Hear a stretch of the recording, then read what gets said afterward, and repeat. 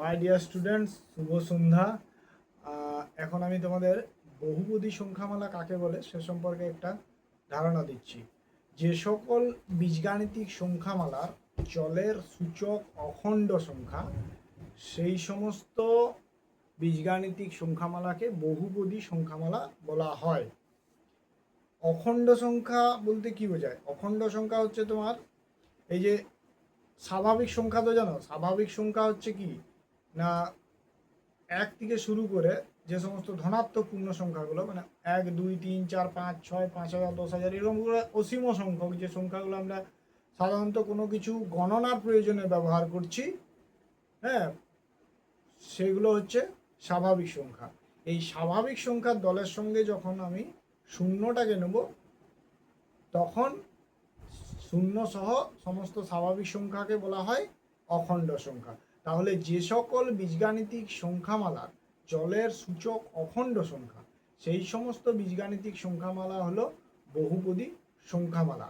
এরপর বলি কোনো ধ্রুবক সংখ্যা, যে কোনো ধ্রুবক সংখ্যা, এটা কি বহুপদী সংখ্যামালা? হ্যাঁ, এটাও বহুপদী সংখ্যামালা।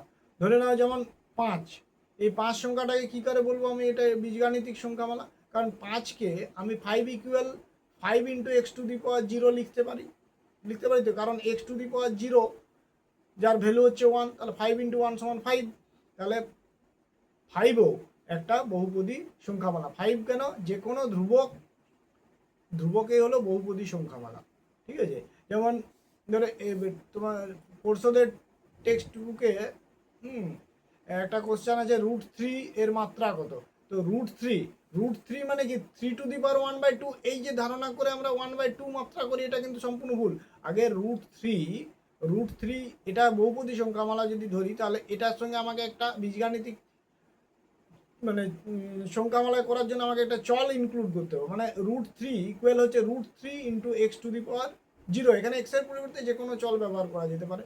তাহলে তার মাত্রাটা 0 হবে। আর মাত্রার প্রসঙ্গে বলছি, বহুপদী সংখ্যামালায় যদি একচল বিশিষ্ট হয়, হ্যাঁ, একচল বিশিষ্ট বহুপদী সংখ্যামালার চলের যেটা সর্বোচ্চ সূচক, হ্যাঁ, সেই সর্বোচ্চ সূচকটা হলো ওই বহুপদী সংখ্যামালার মাত্রা।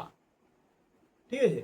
আর যদি কোনো বহুপদী সংখ্যামালার চল দুটো থাকে, তাহলে যে পদটাতে, হ্যাঁ, ওই দুটো পদের সূচক যোগ করে যেটা পাওয়া যাবে, সেদিক থেকে যেটা বেশি হবে, মানে সর্বাধিক ওই যে পদ যেখানটা আসবে যে পদটাতে, সেটাই হবে ওই বহুপদী সংখ্যামালাটির মাত্রা। আর এমনিতে একচল বিশিষ্ট বহুপদী সংখ্যামালায় ওই একটা নির্দিষ্ট চলের মাত্রা যে মানে সূচক যেখানে সব থেকে বেশি, সেই সর্বোচ্চ সূচক হলো ওই বহুপদী সংখ্যামালার মাত্রা। আর শূন্য বহুপদী সংখ্যামালার মাত্রা অসংজ্ঞাত। ঠিক আছে? কারণ শূন্যর সাথে যে কোনো চলকে গুণ আকারে দেখালে তার পাওয়ার আমার যে কোনো বুঝতে পারে, সেক্ষেত্রে এটা একটা অসংজ্ঞাত হয়ে যাবে, অর্থহীন। 0 ইন্টু 5 টু দি পাওয়ার